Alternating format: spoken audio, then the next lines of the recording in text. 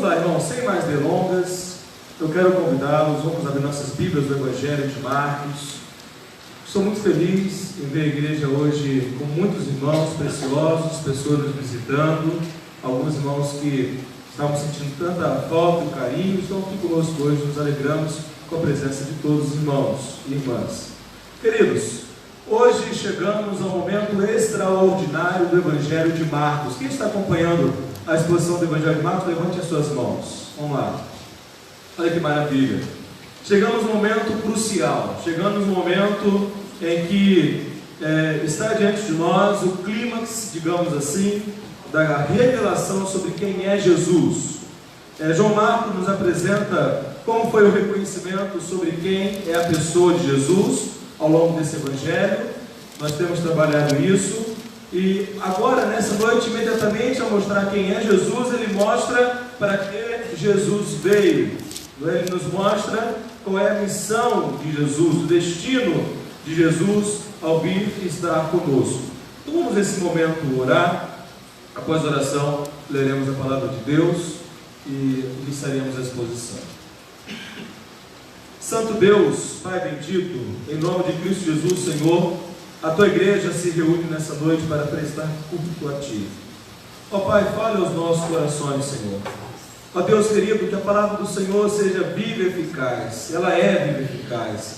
Ela possa penetrar no mais profundo da nossa alma, Deus, das nossas juntas e medulas. Ela venha discernir as intenções e pensamentos do coração humano. Ó Pai, que haja transformação, que haja salvação, que haja reconciliação. Ó Deus, que haja fortalecimento na fé, na graça, na esperança que temos em Cristo Jesus, Senhor. Assim nós rogamos ao Senhor, em nome de Jesus. Amém.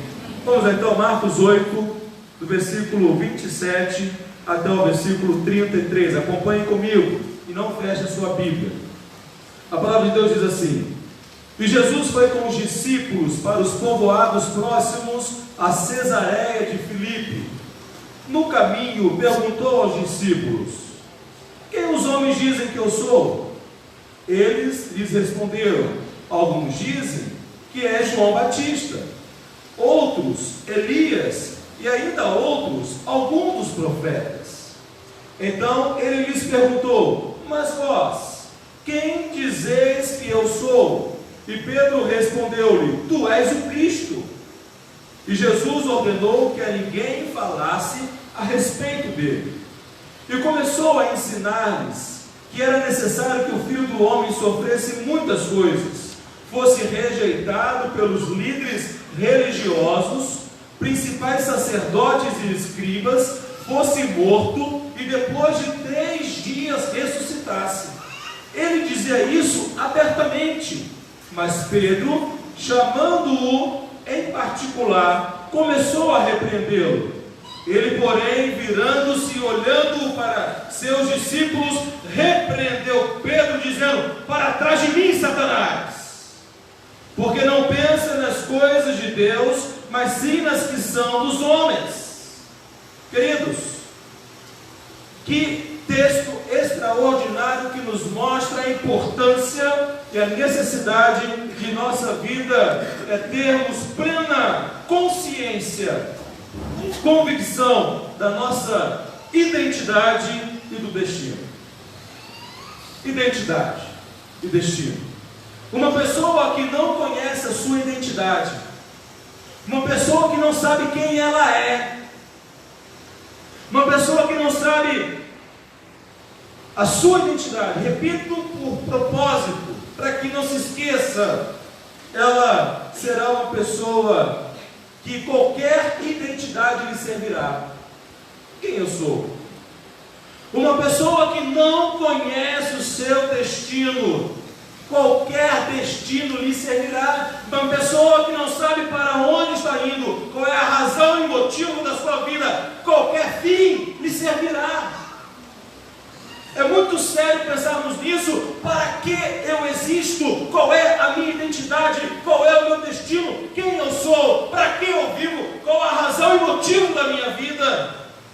O que é fato, meus amados irmãos e irmãs, é que nós vivemos dias em que as pessoas elas estão estão de fato, de verdade, vivendo uma grave e severa crise de identidade e destino. Por isso que a nossa sociedade está tão confusa, está tão corrompida, está em fagalhos. Por isso que vivemos dias tão terríveis e cruéis, porque as pessoas, elas não sabem quem elas são e para que elas vivem.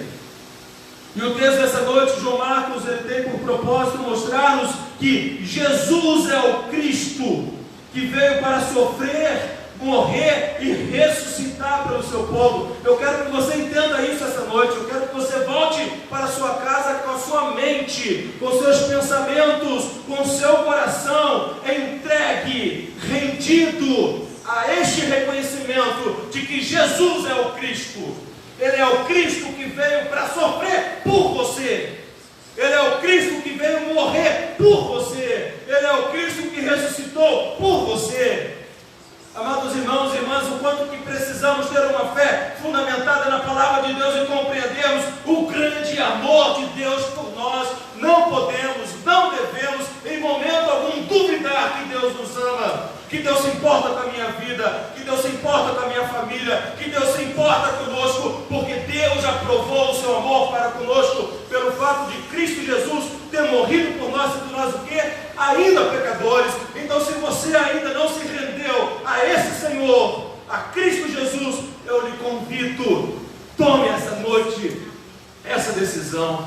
Renda-se a Jesus Cristo, ame a Jesus Cristo, siga Jesus Cristo, viva para a glória de Jesus Cristo, que na sua vida, no seu casamento, no relacionamento com seus filhos, com seus pais, a sua vida seja totalmente, integralmente restaurada, transformada por Deus, porque é para isso que Jesus veio. Nós não estamos aqui perdendo tempo, queridos irmãos e irmãs. Nós não estamos aqui por mero questão de culto, de um ritual, de uma opção na semana. Nós estamos aqui porque cremos no Deus verdadeiro que se revela nas Escrituras. Nós estamos aqui porque cremos que Deus se importa comigo, Deus me ama. Como é importante entendermos isso? É o que Jesus Cristo está fazendo.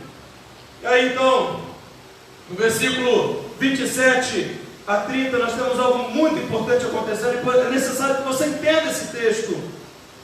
Nós temos no versículo 27 a 30, os discípulos reconhecendo quem é Jesus. Lembremos-nos de uma coisa, a partir lá do primeiro capítulo, o objetivo de João Marcos, autor deste evangelho, é apresentar quem é Jesus e para que Jesus veio. Ele dedica 8 capítulos, a metade desse evangelho, para mostrar de uma forma irrefutável, inquestionável quem é Jesus. E aí então, é um momento de clímax, porque versículo 27, olha aí o que está acontecendo. E Jesus foi com seus discípulos para os povoados próximos a Cesareia de Filipe. É interessante olhar esse versículo 27 e reconhecermos que Jesus ele tem um objetivo. Qual é o objetivo de Jesus?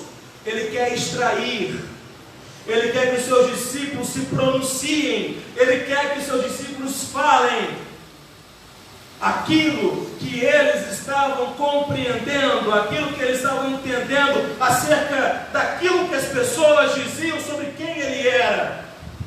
Jesus é um homem que tem plena consciência, absoluta consciência da sua identidade. Jesus não é um homem que em momento algum deu crise de identidade. Ele sabe quem ele é, mas ele tem um propósito de preparar os seus discípulos, porque os seus discípulos haveriam de propagar o Evangelho sobre toda a terra.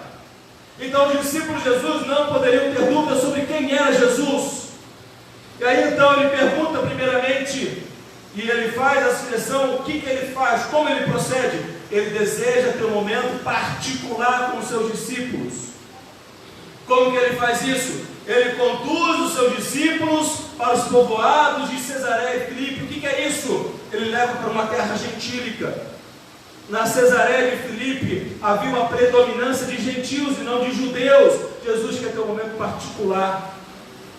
Ele precisava ver como estava o coração, como estava o entendimento dos seus discípulos. Então, quando ele conduz a Cesareia de Filipe, uma terra predominantemente gentílica, de não-judeus, nesse caminho, ele pergunta, olha aí na sua Bíblia, final do 27, quem os homens dizem que eu sou?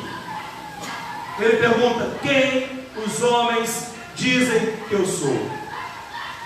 É necessário que Jesus fizesse essa pergunta, porque ele quer saber, ele quer que os seus discípulos pronunciem, ele quer que os seus discípulos se posicionem, falem acerca da compreensão daqueles que eram tocados pelo seu ministério público. Lembremos-nos, irmãos e irmãs, que ao longo do ministério de Jesus, Jesus manifesta a sua autoridade. Vamos lá comigo, quem está lembrado aí, sobre a autoridade dele sobre o ensino. Ele manifesta a sua autoridade sobre espíritos malignos, ele manifesta a sua autoridade sobre a enfermidade e manifesta a sua autoridade sobre a criação, a natureza. Os discípulos tiveram inúmeras, centenas, milhares de experiências com Jesus, curando, ministrando as pessoas. E aí ele pergunta, quem as pessoas dizem que eu sou? Aí então, olha a resposta, 28. Eles lhes responderam, alguns dizem que és João Batista, outros Elias e ainda outros algum dos profetas. É muito interessante observar isso, meus amados irmãos e irmãs, porque os discípulos têm ouvido das pessoas que são atendidas por Jesus o reconhecimento de que Jesus, ele pode ser comparado, pensado como um profeta, mas um profeta que realiza milagres. As pessoas que eram ministradas por Jesus reconheciam que havia em Jesus algo diferente, reconheciam que em Jesus havia a graça de Deus, um homem usado por Deus, um homem que falava a palavra de Deus, um homem que também era usado por Deus para curar as pessoas. Por isso associam a João Batista, o último profeta do Antigo Testamento, associam a Elias e associam a alguns dos profetas. E é interessante observar que Jesus ele quer saber mais. Ele deseja que os seus discípulos se pronunciem, ele deseja que os seus discípulos falem. E ele faz uma outra pergunta. E aí nessa outra pergunta, Jesus extrai dos discípulos o que os discípulos diziam quem ele era. Como os próprios discípulos estavam enxergando a pessoa de Jesus. Olha aí o versículo 29 na sua Bíblia. Então ele lhes perguntou, mas vós, quem dizeis que eu sou? Amados irmãos, que preciosidade isso. Jesus Cristo, ele deseja, ele está preparando os discípulos para que tenham um relacionamento íntimo com ele. Eu não posso ter intimidade com você se eu não te conheço. Eu não posso saber quais são as suas lutas, suas dores, seus problemas, se a gente não para conversar, se a gente não olha no olho um do outro, se a gente não compartilha a vida, se não há vida na vida. Como eu posso saber quem você é, se eu nunca parei para te ouvir? Se eu nunca parei para ir na sua casa almoçar contigo, lancharmos juntos, fazermos um passeio? Eu só posso conhecer uma pessoa se eu caminho e convivo com ela. Se eu não caminho e convivo, eu não sei quem é aquela pessoa. Podemos ter encontros ocasionais, esporádicos, encontros estes que estão reduzidos a talvez 1 hora, 2 horas, mas 1 hora e 2 horas de encontro é possível nos conhecermos intimamente? Não. É possível saber o que passa no teu coração, as suas lutas, os seus anseios, os seus sonhos, desejos, aquilo que você está empreendendo para conquistar? Absolutamente não. Jesus, ele tem intimidade com os seus discípulos. Jesus, ele conhece profundamente os seus discípulos. Jesus deseja que os seus discípulos se pronunciassem. Aí então, olha para o texto. E Pedro respondeu-lhe, tu és o Cristo. Uau! Amados irmãos, Pedro responde, tu és o Cristo. É a resposta que Pedro dá, é a resposta que é a verdade acerca da pessoa de Jesus. Quem é Jesus? Ele é o ungido de Deus. Quem é Jesus? Ele é o prometido, ele é o Messias. Quem é Jesus? É aquele que Deus prometeu lá em Gênesis 3,15. Quando Deus ele diz a Adão, a Eva, naquele contexto de juízo, de punição, ele fala que, através do descendente da mulher, pisaria na cabeça da serpente. Jesus é aquele que Deus promete lá no jardim do Éden, ainda no momento de juízo. Jesus é aquele a quem Deus promete a Abraão, que através de Abraão todas as famílias da terra seriam abençoadas. Jesus Cristo é aquele a quem Deus promete a Davi, que nunca faltaria um rei sobre o trono de Davi, do descendente de Davi. Jesus é aquele ao longo de toda a história da humanidade. Deus está agindo soberanamente, conduzindo a história para cumprir a sua vontade. Amados irmãos, e aqui então Pedro, ele reconhece que tu és o Cristo. E aí nos outros evangelhos, Jesus vai falar, não foi carne e sangue que te revela isso, mas é o teu Espírito Santo que te revela isso. A ação, a presença de Deus agindo na nossa mente, no coração humano, convencendo acerca da verdade. Amados irmãos, aceitar a verdade, reconhecer a verdade, é fruto da ação de Deus na nossa vida. A fé é dom de Deus. A fé não provém de nós mesmos. Nós não temos fé como algo que nós fazemos com que ela surja ou com que ela brote, mas a fé é a expressão da graça, o amor de Deus operando em nós. E aí então Pedro fala, tu és o Cristo. Que declaração extraordinária é esta do apóstolo Pedro. É muito importante observar porque Jesus ele muda o foco, porque Jesus ele quer mostrar intimidade. E os discípulos estão caminhando já pelo menos 2 anos com Jesus, 24 horas, 7 dias por semana com Jesus. E os discípulos são aqueles que em vários momentos viram a manifestação de quem é Jesus. E diante dessa manifestação, eles ficavam boquiabertos, impressionados. E a expressão dos discípulos é, quem é este? Lá em Marcos 4,41, quando Jesus ele acalma a tempestade no mar da Galileia, Marcos 4,41, ele fala assim, eles ficaram apavorados e diziam uns aos outros, quem é este que até o vento e o mar lhe obedecem? Discípulos estes que outrora estavam confusos, estavam em dúvidas, estavam perplexos, ainda não haviam compreendido a revelação de quem é Jesus, mas aqui neste momento, no capítulo 8, nós temos a palavra do apóstolo Pedro, no versículo 29, ele declarando, mediante a revelação do Espírito Santo de Deus, tu és o Cristo, tu és o ungido, tu és a nossa esperança, tu és o nosso Salvador, tu és o nosso Senhor, tu és aquele a quem aguardamos ao longo de milênios. Entendem o quanto esse texto é precioso? Entendem o quanto esse texto é revolucionador, é transformador? Porque, meu querido irmão, minha querida irmã, e você que nos visita essa noite, sem Jesus Cristo não há esperança para nenhum de nós. Somente em Jesus Cristo nós recebemos o bálsamo do amor, da graça, da bondade de Deus. Somente em Jesus Cristo a nossa vida, a nossa família, nosso casamento, nossos filhos, a nossa caminhada é transformada. E aqui Pedro está declarando, tu és o Cristo, e tu és o Cristo significa toda a grandeza, a glória de um Deus Redentor que age na história da humanidade, um Deus que nunca virou as costas para a sua criação, mas é um Deus que no momento do juízo manifestou a sua graça. Não duvidemos do amor de Deus, não duvidemos da graça de Deus, não duvidemos do perdão de Deus, não duvidemos que Deus intervém. E aí então, quem é Jesus? Jesus sabe quem Ele é. Jesus não está sofrendo crise de identidade.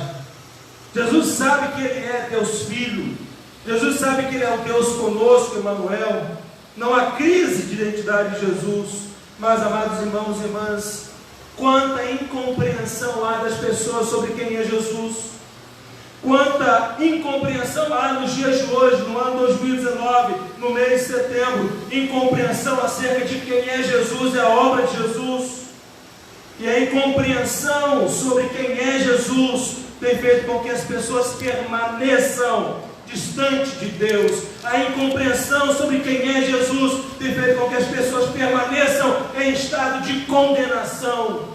A incompreensão sobre quem é Jesus tem feito com que as pessoas permaneçam em seus pecados, escravizadas e não estão desfrutando de uma vida nova, porque ainda não receberam Jesus Cristo como Senhor e Salvador. Não estão desfrutando da paz, do amor, da bondade, das maravilhas de Deus em sua vida, porque ainda não se prostraram, não se renderam, não entregaram a vida a Cristo Jesus. Portanto, se você ainda não desfruta disso, arrependa-se. Renda-se a Cristo Jesus. Fala: Senhor Jesus, eu tenho lutado tanto para reconhecê-lo como Senhor da minha vida.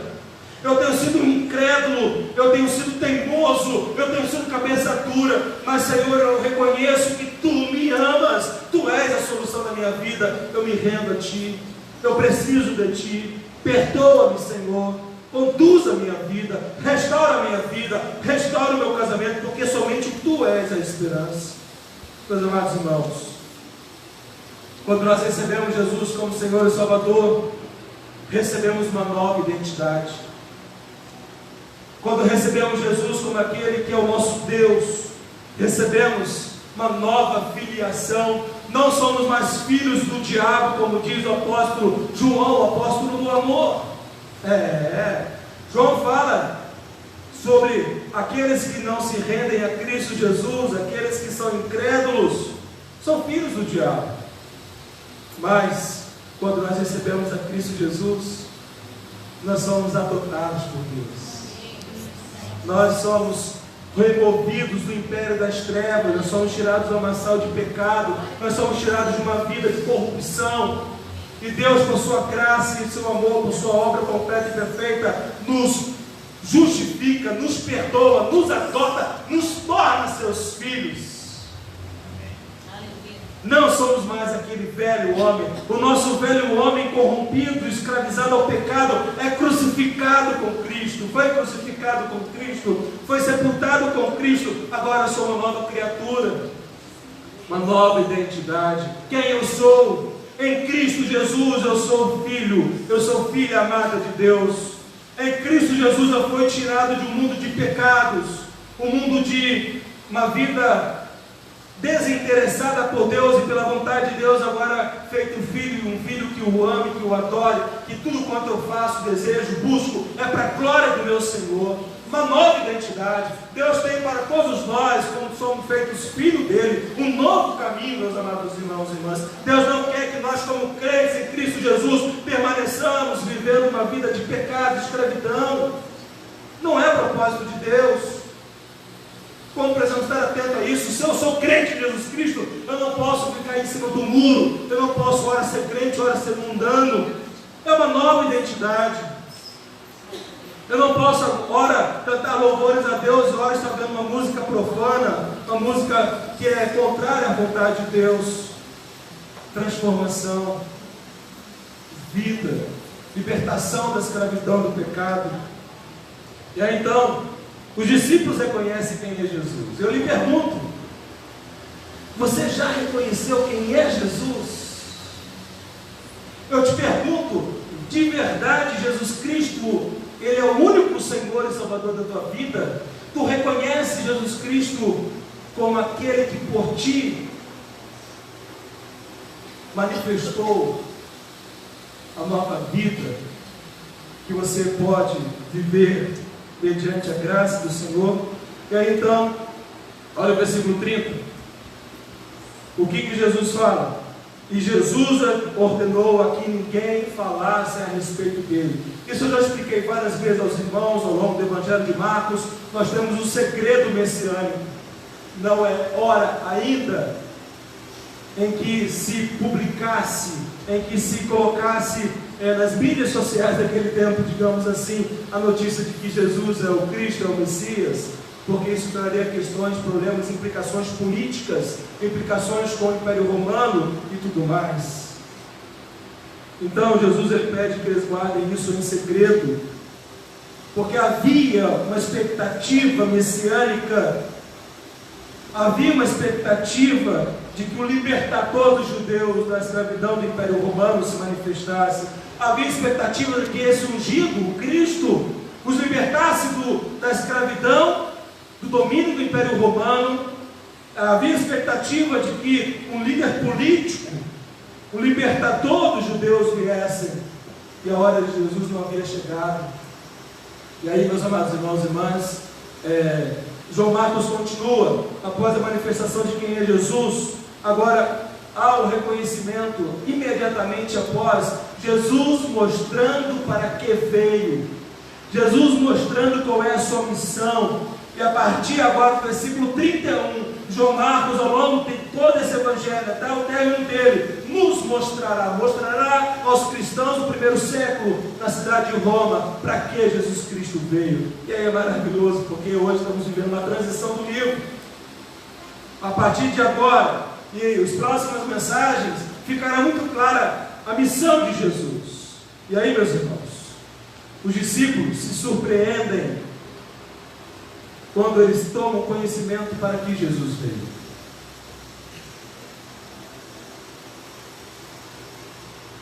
Agora os discípulos entram em crise.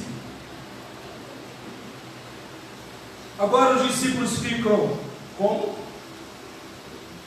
É isso? Olhando para o texto 31. E começou a ensinar-lhes que era necessário que o Filho do Homem sofresse muitas coisas, fosse rejeitado pelos líderes religiosos, principais sacerdotes e escribas, fosse morto e depois de 3 dias ressuscitasse. E ele dizia isso abertamente. Essas palavras de Jesus foi como um soco no estômago dos discípulos. Essas palavras de Jesus deixaram os discípulos estatelados, surpreendidos. Os discípulos ficaram boquiabertos. O quê? Olha para o texto. E começou a ensinar-lhes que era necessário. Amados irmãos, a partir daqui Jesus Cristo, ele começa a revelar que ele é sim o Cristo, ele é sim o Messias, mas não como eles pensavam que seria. Jesus começa a revelar e a mostrar que ele é o servo sofredor. Jesus começa a revelar para que veio. Jesus começa a mostrar que ele veio não foi para libertar os judeus do primeiro século da escravidão do Império Romano. Jesus começa a mostrar que ele não veio para ser um líder político que conduziria o povo ao reino de Israel, ao domínio de Israel. Jesus começa a mostrar que naquele momento ele não veio com fins terrenos, mas ele começa a mostrar que ele veio para sofrer. Ele começa a mostrar que ele veio para morrer.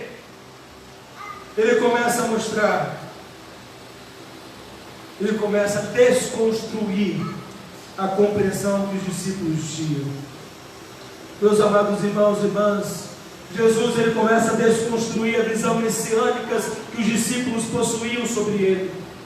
Jesus Cristo ele mostra com clareza que ele veio para sofrer, morrer e ressuscitar. Não veio para ser o líder político de Israel, para enfrentar os romanos. E aí então, quando Jesus fala tudo isso, ele aqui o faz pela primeira vez, e ele vai repetir isso no capítulo 9, 31, no capítulo 10, 33 e 34. Por 3 vezes ele enfatiza isso. E a Bíblia nos mostra, aqui João Marcos registra, que ele fala isso abertamente. Ele fala isso em alto e bom som. Ele fala isso para que seja compreendido, para que seja ouvido pelos discípulos. E aí, meus amados irmãos, uma coisa que os discípulos ainda não estão entendendo, e é algo que é tão precioso, e só depois da morte de Jesus na cruz, só depois da ressurreição de Jesus, é que os discípulos vão entender o que está falando aqui agora, nesse momento. Mas depois de um ano, tanto é que os discípulos, quando vem a morte de Jesus, eles ficam frustrados, eles ficam arrasados, decepcionados. Os discípulos no caminho de Emaús mostram a mesma questão. Eles não estavam compreendendo para que Jesus veio. E mais, a palavra, o Evangelho nos revela, lá em Mateus 1:21, quando a nossa igreja ela foi organizada em 24 de fevereiro de 1959, o pastor que pregou na organização da nossa igreja pregou esse texto, Mateus 1:21.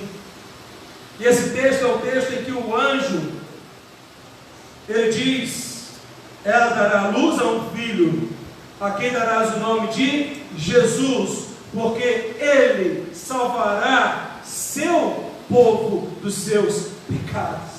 Amados irmãos, Jesus Cristo está mostrando que ele veio, morreu por nós, levou sobre si o pecado, levou sobre si a nossa condenação, levou sobre si tudo que nós praticamos contra Deus. Ele morreu por nós, pagou o preço de nossos pecados, para que hoje, para que no passado e no futuro, aqueles que creram e hão de crer, tenham perdão dos pecados. Jesus Cristo pagou o preço de nossos pecados. Não há mais culpa legal diante de Deus para aqueles que nasceram de novo, para aqueles que foram regenerados, para aqueles que confessaram Jesus como Senhor e Salvador, o amam e o seguem. Amados irmãos, Jesus ele veio para sofrer, morrer e ressuscitar. É isso que Jesus está ensinando aos seus discípulos, o quanto isso é precioso e importante para nós. E eu te pergunto: você já recebeu Jesus Cristo como Senhor e Salvador?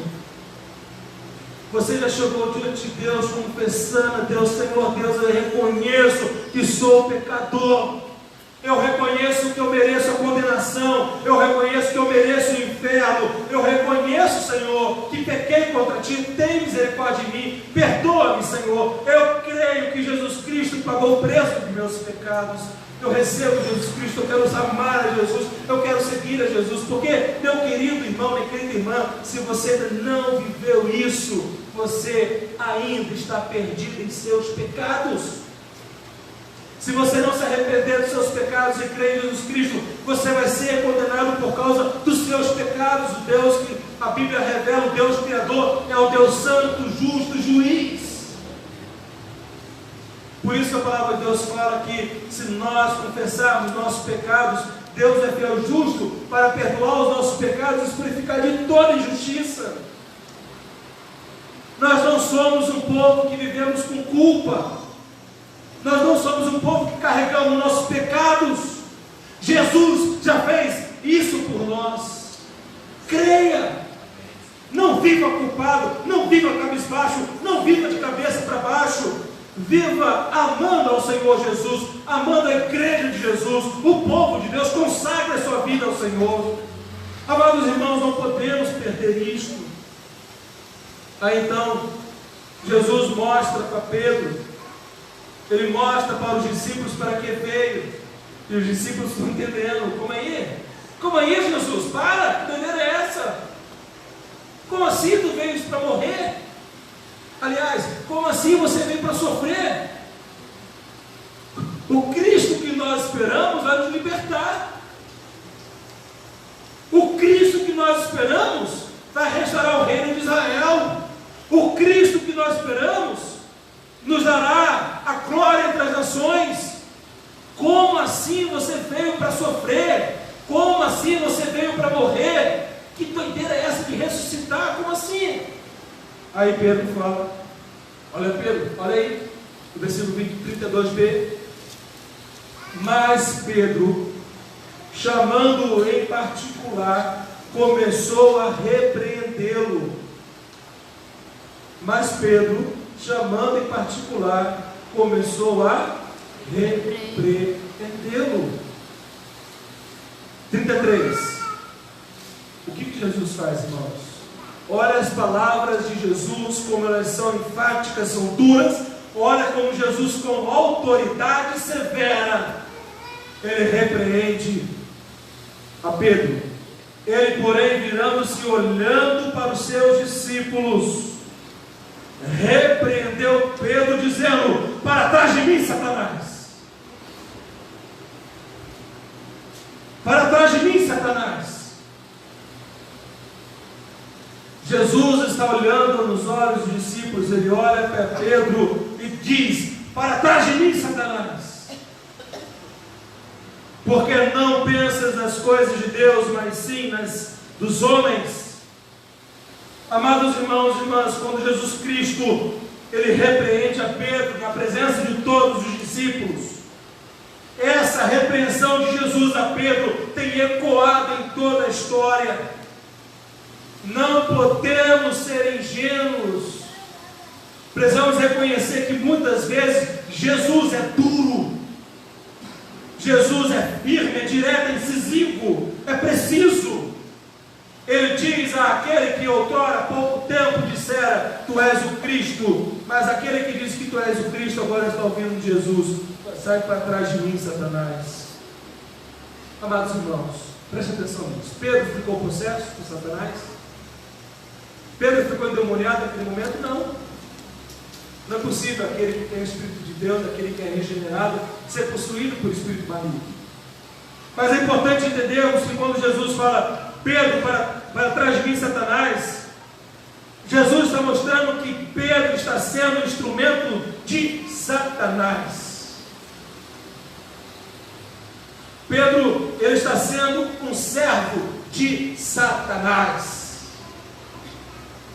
Pedro está agindo, está tendo a postura daquele que serve a Satanás. Amados irmãos, o quanto que isso é sério, o quanto que essa repreensão de Jesus é duríssima e é grave, que advertência preciosa para mim e para você. Porque, amados irmãos, preste atenção nisso. Se nós não vigiarmos, se nós não orarmos, se nós não tivermos intimidade com Jesus, buscando discernir a voz do Espírito Santo, o mover e o agir de Deus, segundo a palavra de Deus, nós podemos sim, muitas das vezes, sermos servos de Satanás. Quantas vezes as palavras que falamos, as atitudes que tomamos são contrárias à vontade de Deus? Quantas vezes, ao invés de sermos instrumentos nas mãos do Redentor, somos instrumentos nas mãos de Satanás? Pedro, apóstolo de Cristo, que há pouco disse, cheio do Espírito Santo: tu és o Cristo, sensível à voz do Espírito Santo, sensível ao mover do Espírito Santo, ele declara isso. Mas agora, cheio de si, imaginando reinar com Jesus, imaginando ter glória com Jesus no reino dos homens, imaginando ter lugar de autoridade, de proeminência, ele enche o seu coração das coisas terrenas, deixa de olhar para o Senhor, deixa de olhar para a glória de Deus e fala: Jesus, para dessa conversa, que doideira é essa? Para dessa história, Jesus. Tu vai morrer não, tu vai sofrer não, nós vamos reinar junto. Amados irmãos, isso é muito importante, porque Pedro não estava com a perspectiva correta sobre a missão de Jesus. Pedro não estava dando ouvido àquilo que Jesus estava falando. Pedro está rejeitando a ideia de que Jesus haveria de sofrer e morrer. A ressurreição para eles naquele momento era algo inimaginável. Então é muito importante isso, porque nós, como crentes em Cristo Jesus no presente século, não podemos, amados irmãos, vacilar. Não podemos tirar os olhos de Cristo Jesus. Não podemos deixar de estar em comunhão com o Senhor Jesus, com a igreja de Jesus. Como é importante estarmos juntos, em comunhão, em louvor e adoração. Como precisamos estar atentos para que nós não sejamos crentes mundanos. Ora está na igreja, ora está no show, ora está na igreja, ora está no motel, ora está na igreja, ora está no bar, ora está na igreja, ora está se deliciando com os prazeres da carne. Isso é hipocrisia. Isso é contra a vontade do Senhor, porque nós fomos chamados para vivermos em comunhão, em relacionamento, em amor a Deus. O apóstolo Paulo, quando ele trabalha com as igrejas, como plantador de igrejas, apóstolo de Cristo, pastor do rebanho de Deus, o apóstolo Paulo vai continuamente advertir a igreja para que tenha uma perspectiva correta da vida cristã. eles não poderiam se contaminar com os prazeres, os deleites do mundo. E aí, queridos irmãos e irmãs, o apóstolo Paulo vai ensinar que a igreja do Senhor tem que ter a perspectiva correta. Nós não podemos ter uma visão de vida materialista, terrena, mas o que nós somos, o que? Cidadãos dos céus. O nosso tesouro não está nessa terra, está nos céus. Jesus fala sobre isso. Não podeis servir a dois senhores, ou você amará um e desprezará o outro. Não podeis servir a Deus e as riquezas. Se eu não amo a Deus, se eu não amo a Jesus, eu vou amar qualquer outra coisa, ou qualquer outra pessoa. E aí então, em Colossenses 3:2, o apóstolo Paulo fala: pensai, desejai, buscai as coisas do alto. Amados irmãos, cada um de nós aqui somos preciosos para Deus. Somos amados por Deus. Não duvide do amor de Deus por você. Ele já provou esse amor. Ame ao Senhor. Ame a igreja de Jesus. Vive em comunhão com a igreja. Seja uma testemunha viva de Cristo. Anunciemos e preguemos o Evangelho, que através do nosso testemunho, a nossa conduta, a nossa prática, aqueles que ainda não creiam, sejam atraídos a Cristo Jesus. As pessoas serão atraídas a Cristo mediante a vida que vivemos, a fé que professamos, as atitudes que tomamos. E aí então Jesus falou para Pedro: para trás de mim, Satanás. Por que ele diz isso? Porque não pensa nas coisas de Deus, mas sim nas que são dos homens. E quantos crentes hoje estão vivendo dessa maneira? Já são membros da igreja, já foram batizados, já foram usados por Deus, mas perdeu o foco, perdeu a visão, assim como Pedro. E aí, irmãos, isso é impressionante, porque na história dos discípulos nós vamos percebendo que Jesus vai tratando, vai lapidando, vai ensinando, vai corrigindo. Tem hora que Jesus é duro pra caramba, tem hora que Jesus dá uma cipuada. E não é assim que Deus faz conosco também? Por quê? Porque Ele nos ama. Eu falei semana passada e digo hoje de novo. Lá em Hebreus capítulo 12 fala que Deus, Ele ama quem corrige e açoita aquele que recebe por filho. Muitas vezes Deus está nos corrigindo, nos açoitando, e a gente não está entendendo. Se Deus o ama, Ele vai te corrigir. Se Deus o ama, Ele não vai permitir que você viva no pecado. Ele vai te corrigir. Agora, não duvide que Deus te ama, porque Ele já mostrou isso. O que você precisa fazer é receber esse amor, é viver de acordo com a palavra de Deus. E aí então Jesus sabe para que veio. Jesus, Ele veio para sofrer, para morrer, para ser sepultado e ressuscitar ao terceiro dia. E em Jesus Cristo, então, meus amados irmãos, nós recebemos um novo destino. Destino este que eu já falei agora há pouco. A nossa nova forma de viver. O nosso testemunho cristão, a reputação que é dada do Evangelho a partir da nossa vida prática no dia a dia. Que tipo de crente eu sou? Que tipo de discípulo de Jesus eu sou? Como está meu testemunho cristão? E a benção, sabe qual que é a benção?